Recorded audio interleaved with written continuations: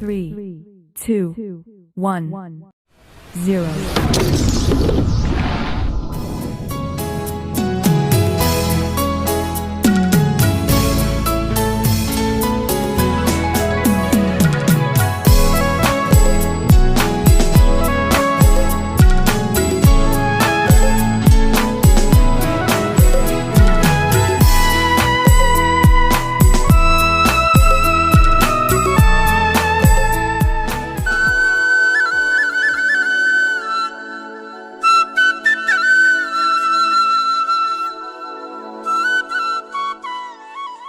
जय यीशु।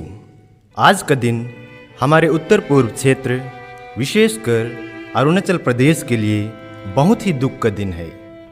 हमारे साथ अरुणाचल प्रदेश के बिशप स्वामी जी हैं। आइए हम उनसे प्रेम भाई के कार्य के बारे में सुनते हैं।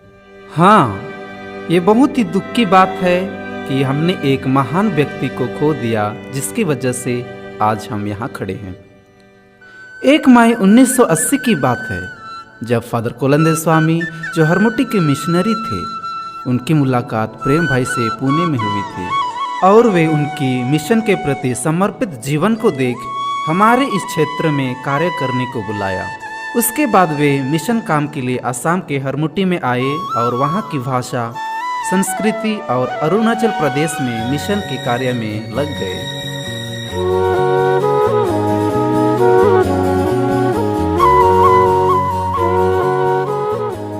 अरे देखो, ब्रदर जी आ रहे हैं। जय यीशु ब्रदर जी।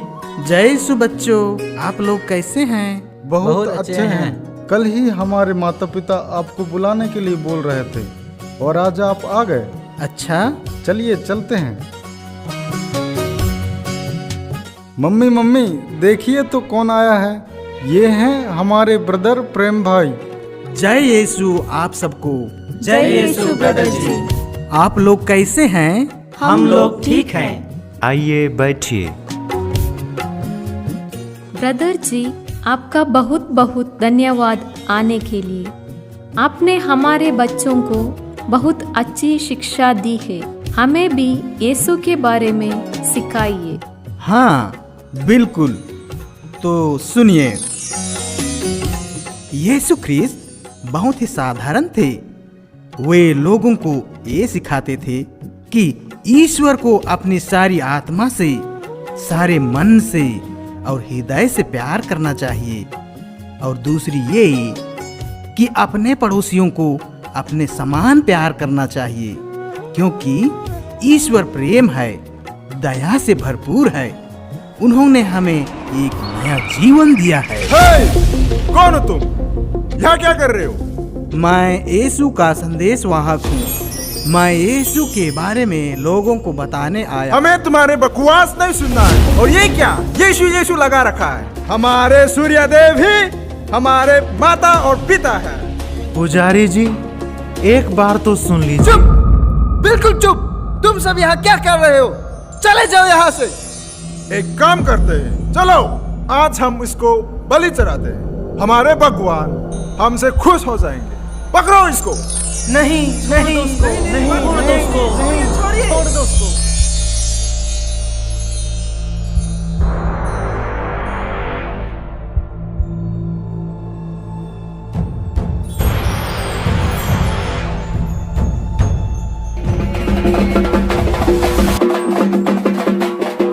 हे प्रभु यीशु, तू ही हमारा उद्धार करता है।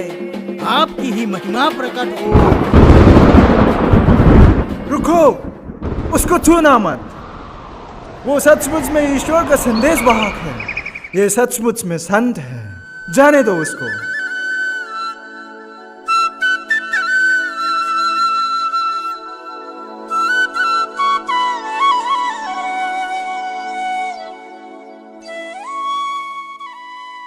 आत्मविश्वास और यीशु का सहारा ब्रदर प्रेम भाई के ऊपर हमेशा रहा, और ऐसे ही गांव-गांव जाकर लोगों को सुसमाचार सुनाया।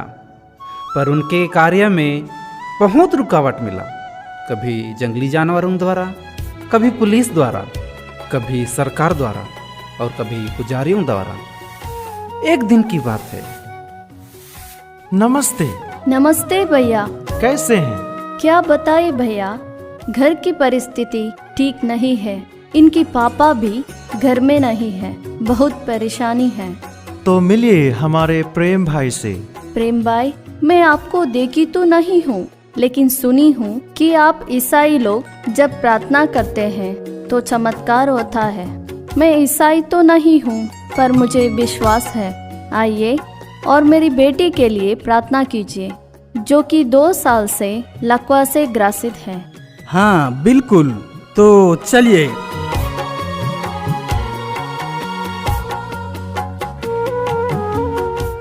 देखिए, मैं अपने से कुछ भी नहीं करता हूँ। जो कुछ भी है सब प्रभु यीशु करते हैं। क्या आप विश्वास करते हैं कि यीशु आपकी बेटी को चंगा कर देगा? तो चलिए हम प्रार्थना करें। हे सर्वशक्तिमान दयालु ईश्वर, तूने अपने शब्द मात्र से समस्त सृष्टि की रचना की। मैं आपसे प्रार्थना करता हूँ कि आप अपनी पवित्र शक्ति से इस बेटी को चंगाई प्रदान कर और अपनी महिमा प्रकट कर।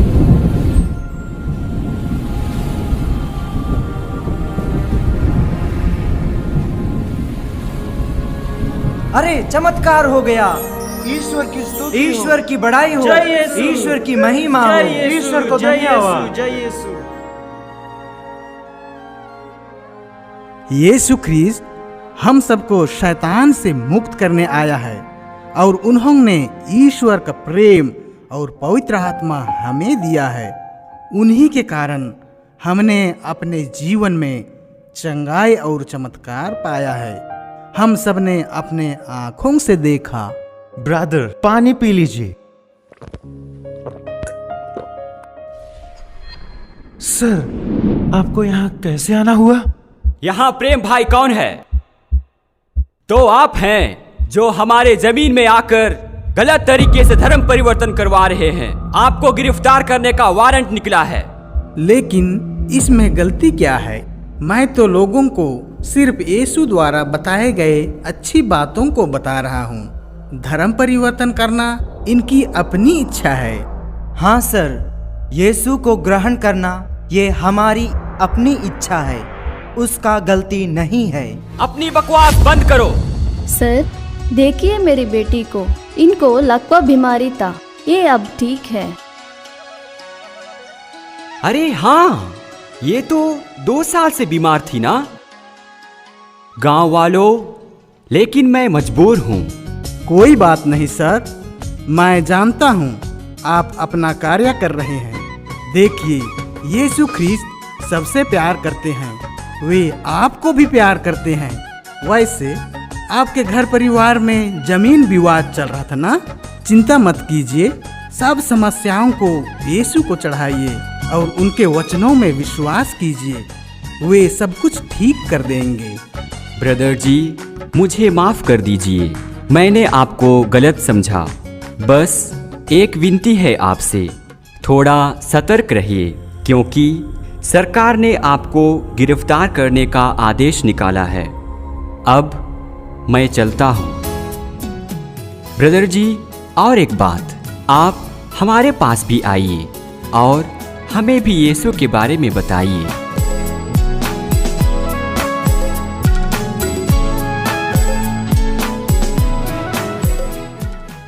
ऐसे ही बहुत लोगों ने यीशु को स्वीकार किया और लगभग 60,000 किलोमीटर खाली पैर चलने के बाद और 125 चर्च बनवाने के बाद ईटानगर और म्याओ धर्म प्रांत की स्थापना हुई और 2006 में नए बिशप का अभिषेक हुआ।